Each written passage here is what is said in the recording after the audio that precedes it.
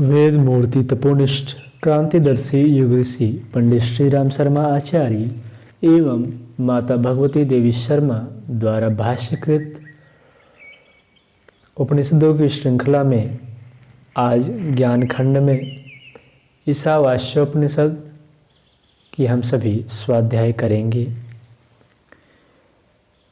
ईशावास्योपनिषद यजुर्वेद के 40वें अध्याय को ईशावास्योपनिषद कहा गया है। इसे उपनिषद श्रृंखला में प्रथम स्थान प्राप्त है। इसमें इस विराट सृष्टि के अंतर्गत दृश्य जगत और जीवन को ईश्वर का आवास कहकर ईश्वर के सर्वव्यापी सर्वसमर्थ स्वरूप का बोध कराते हुए जीवन को उसी के अनुशासन में गरिमामय ढंग से सुख संतोष पूर्वक जीते हुए उसी के साथ एक रूप हो जाने का निर्देश दिया गया है। इसके 18 मंत्र गीता के 18 अध्यायों की तरह महत्वपूर्ण कहे गए हैं। प्रथम मंत्र में जीवन और जगत को ईश्वर का आवास कहकर जीवन संपदा का उपभोग मर्यादा पूर्वक करने का निर्देश है। यह धन किसका है प्रश्न करके ऋषि ने मनुष्य को विभूतियों और संपदाओं के अभिमान से मुक्त होने का अमोघ सूत्र दे दिया है। दूसरे मंत्र में लंबी आयु और बंधन मुक्त रहकर कर्मरत रहने के सूत्र है, तो तीसरे मंत्र में अनुशासन उल्लंघन के दुष्परिणामों का संकेत है। मंत्र क्रमांक 4, 5 एवं 8 में परब्रह्म के स्वरूप का बोध है, तो 6, 7 में उसकी अनुभूति करने वालों के लक्षण दर्शाए गए हैं। क्रमांक 9 से 14 में विद्या अविद्या तथा सृजन एवं विनाश के बीच संतुलन स्थापित करने का रहस्य दिया गया है। क्रमांक 15 एवं 16 में परमात्मा से अपने स्वरूप का बोध कराने की प्रार्थना तथा बोध होने की मनः स्थिति का वर्णन है। क्रमांक 17 और 18 में शरीर की नश्वरता का बोध कराते हुए अग्निदेव से श्रेष्ठ मार्ग द्वारा जीवन लक्ष्य तक ले चलने की प्रार्थना की गई है। शांति पाठः। ओम पूर्णमदः पूर्णमिदं पूर्णात् पूर्णमुदच्यते पूर्णस्य पूर्णमादाय पूर्णमेवावशिष्यते। ओम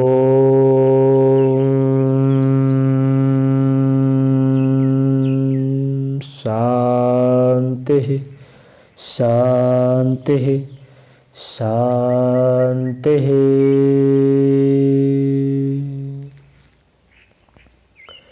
ओम रूप में जिसे अभिव्यक्त किया जाता है वह परब्रह्म स्वयं में सब प्रकार से पूर्ण है और यह सृष्टि भी स्वयं में पूर्ण है।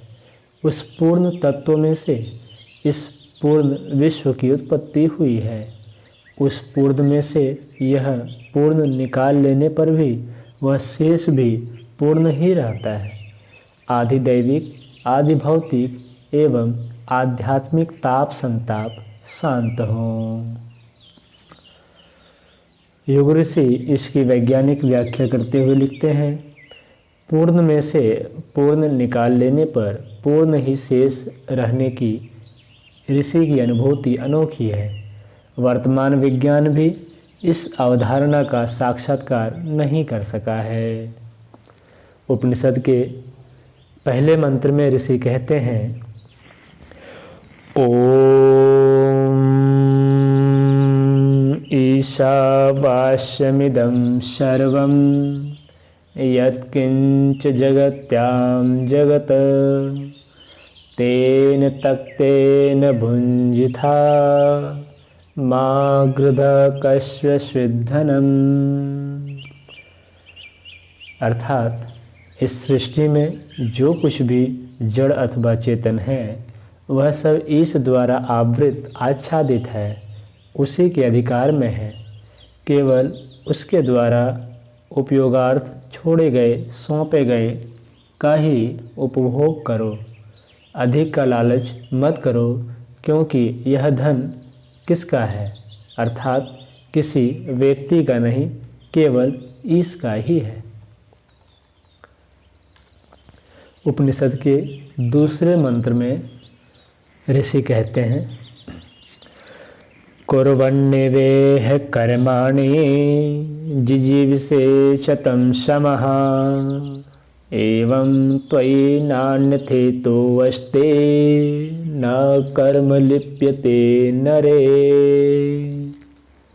अर्थात यहाँ ईश्वर से अनुशासित इस जगत में कर्म करते हुए 100 वर्ष पूर्ण आयु तक जीने की कामना करें। इस प्रकार अनुशासित रहने से कर्म मनुष्य को लिप्त अर्थात विकारग्रस्त नहीं करते। विकार मुक्त जीवन के निमित्त यह मार्गदर्शन तुम्हारे लिए है। इसके अतिरिक्त परम कल्याण का और कोई अन्य मार्ग नहीं है। इस मंत्र की व्याख्या करते हुए युग ऋषि लिखते हैं, ऋषियों ने जीवन के ऐसे अनुशासन बतलाए हैं जिनका अनुपालन करके मनुष्य लंबी आयु भी पा सकता है और कर्म बंधनों से मुक्त भी हो सकता है। उपनिषद के तीसरे मंत्र में ऋषि कहते हैं, असूर्या नाम ते लोका अंधेन तमसावृतः तास्ते प्रत्याभिगच्छन्ति ये के चात्मनो जनः। अर्थात वे इस अनुशासन का उल्लंघन करने वाले लोग असूर्य अर्थात केवल शरीर एवं इंद्रियों की शक्ति पर निर्भर सद्विवेक की उपेक्षा करने वाले नाम से जाने जाते हैं। वे जीवन भर गहन अंधकार अर्थात अज्ञान से घिरे रहते हैं। वे आत्मा अर्थात आत्म चेतना के निर्देशों का हरण करने वाले लोग प्रेत रूप में शरीर छूटने पर भी वैसे ही अंधकार युक्त लोकों में जाते हैं। उपनिषद के चौथे मंत्र में ऋषि कहते हैं, अन्येजदेकं मनसो जवीयो नैन्धेव आपन्वन् पूर्वमर्षत् तद्धावतो न्याणन्ते तितिष्ठ तस्मिन्नपो मातरिष्वा ददाति तस्मिन्नपो मातरिष्वा दधाति। अर्थात अविचल व ईश एक ही है। जो मन से भी अधिक वेगवान है वह सबसे पुरातन एवं स्फूर्तिवान है। उसे देवगण अर्थात देवता अथवा इंद्रिय समूह प्राप्त नहीं कर पाते। वह स्थिर रहते हुए भी दौड़कर अन्य गतिशीलों से आगे निकल जाता है। उसके अंतर्गत अनुशासन में रहकर गतिशील वायु अर्थात सृष्टि के मूल घटक को धारण किए रहता है। इस मंत्र की व्याख्या करते हुए युग ऋषि लिखते हैं, वर्तमान विज्ञान अभी प्रकाश से अधिक गतिशील तत्वों को खोज ही रहा है। मन की गति का तो मापन ही नहीं किया जा सका है। ऋषियों ने अविचल किंतु मन से भी अधिक गतिमान का साक्षात्कार किया था। उपनिषद के 5वें मंत्र में ऋषि कहते हैं, तदेजति तन्नेजति तद्दूरे तद्वंदिके तदंतरस्य सर्वस्य तदु सर्वास्य बाह्यतः। अर्थात वह परमात्म तत्व गतिशील भी है और स्थिर भी है। वह दूर से दूर भी है और निकट से निकट भी है। वह इन सब अर्थात जड़ चेतन जगत के अंदर भी है तथा सबके बाहर अर्थात उसे आवृत किए हुए भी है। उपनिषद के 6वें मंत्र में ऋषि कहते हैं, यस्तु सर्वाणि भूतानात्मन्येवानुपश्यति सर्वभूतेषु चात्मानं ततो न विजुगुप्सते। अर्थात व्यक्ति जब सभी भूतों अर्थात जड़ चेतन सृष्टि को इस आत्म तत्व में ही स्थित अनुभव करता है तथा सभी भूतों के अंदर इस आत्म तत्व को समाहित अनुभव करता है, तब वह किसी प्रकार भ्रमित नहीं होता। इस मंत्र की व्याख्या करते हुए युग ऋषि लिखते हैं, केवल पढ़े हुए ज्ञान से भ्रमों का निवारण संभव नहीं है, उसके लिए अनुभूति परक ज्ञान अनिवार्य है। उपनिषद के 7वें मंत्र में ऋषि कहते हैं, यस्मिन् सर्वाणि भूतानि आत्मेवा बोधुजानतः तत्र को मोह कः शोक एकत्वं नोपश्यतः। अर्थात जिस स्थिति में व्यक्ति यह मर्म जान लेता है कि यह आत्म तत्व ही समस्त भूतों के रूप में प्रकट हुआ है, तो उस एकत्व की अनुभूति की स्थिति में मोह अथवा शोक कहाँ टिक सकते हैं। अर्थात ऐसी स्थिति में व्यक्ति मोह एवं शोक से परे हो जाता है। 8वें मंत्र में ऋषि कहते हैं, सपर्यगाच्छुक्रम अकायम अव्रणम अश्नाविरम शुद्धम पापविद्यम कविरमणिषि परिविहु स्वयंभुर्यथा तथ्योरथान वेदधा दक्षा सत्शाश्वतीभ्यः समाभ्यः। अर्थात वह परमात्मा सर्वव्यापी तेजस्वी है, वह देह रहित स्नायु रहित एवं छिद्र अर्थात वर्ण रहित है, वह शुद्ध और निष्पाप है, वह कवि अर्थात क्रांतिदर्शी, मनीषी अर्थात मन पर शासन करने वाला, सर्वजयी और स्वयं ही उत्पन्न होने वाला है। उसने अनादिकाल से ही सबके लिए यथा योग्य अर्थों अर्थात साधनों की व्यवस्था बनाई है। 9वें मंत्र में ऋषि कहते हैं, अंधम तमः प्रविश्यन्ति ये अविद्यामुपासते ततो भूय इव ते तमो य उविद्यायां रतः।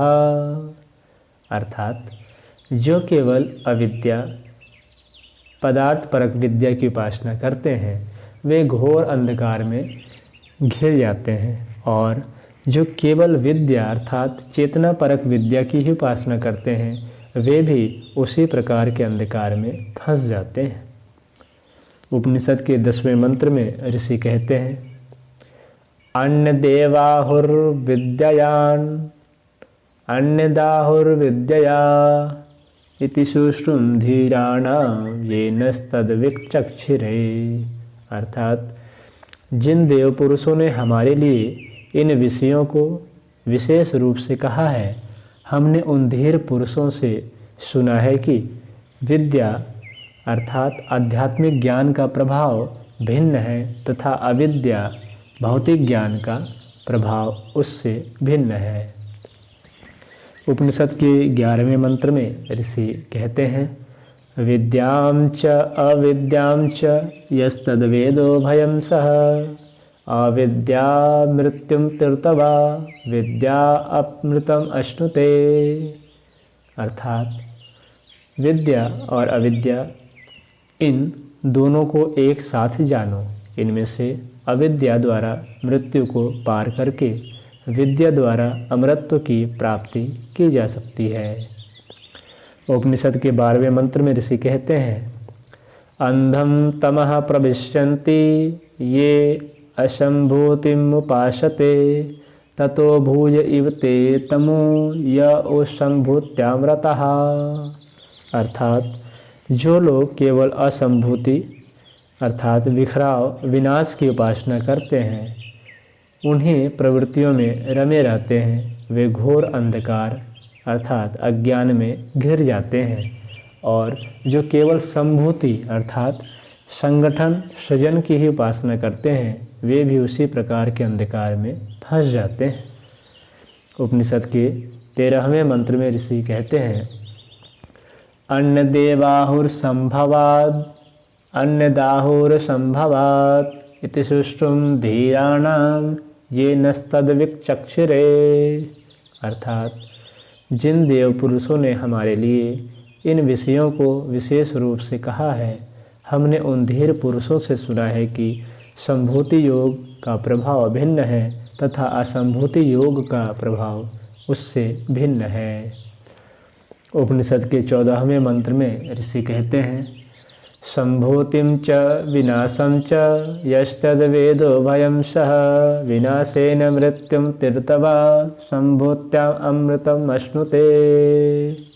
अर्थात संभूति समय के अनुरूप नए सृजन तथा असंभूति विनाश अर्थात अवांछनीय को समाप्त करना, इन दोनों कलाओं को एक साथ जानो। विनाश की कला से मृत्यु को पार करके, अनिष्टकारी को नष्ट करके मृत्यु भय से मुक्ति पाकर, तथा संभूति अर्थात उपयुक्त निर्माण की कला से अमृतत्व की प्राप्ति की जाती है। 15वें मंत्र में ऋषि कहते हैं, हिरण्मयेन पात्रेण सत्यस्यापि हितं मुखं तत्त्वं पुरुषं अपावृणु सत्यधर्माय यधिष्ठये।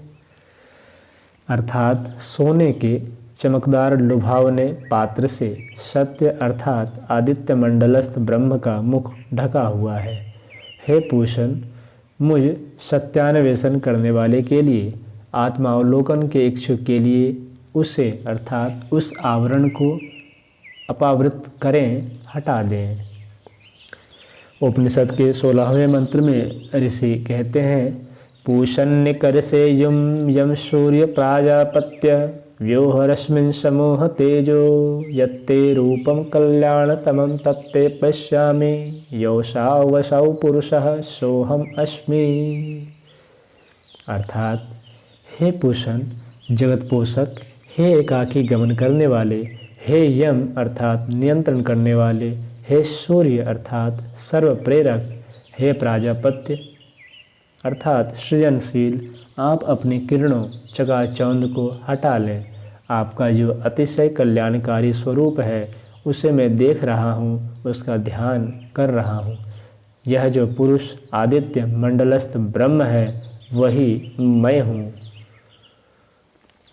उपनिषद के 17वें मंत्र में ऋषि कहते हैं, वायुरनिलम अमृतम थेदम भस्मांतम शरीरम ओम क्रतोस्मर क्रतमस्मर क्रतोस्मर क्रतमस्मर।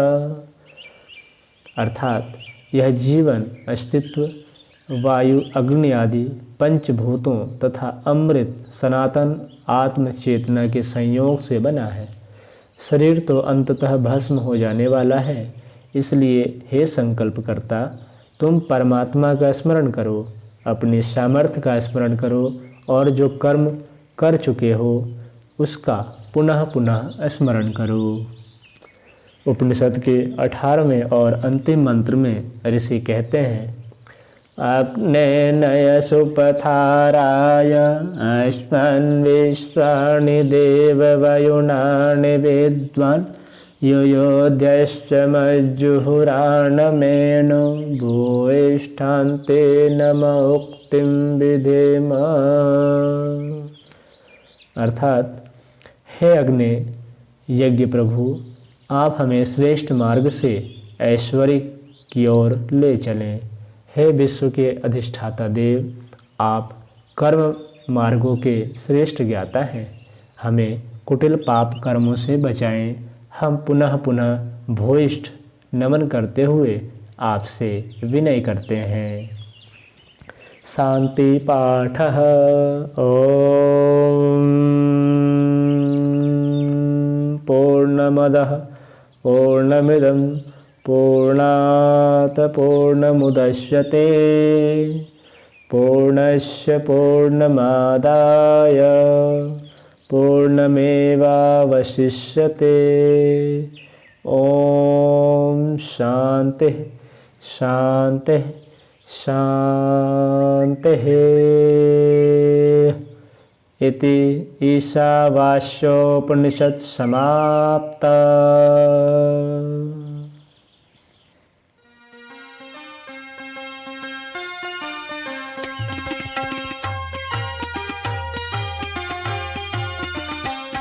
चलो गुरुदेव के सपने सजाने की शपथ ले लें। चलो गुरुदेव के सपने सजाने की शपथ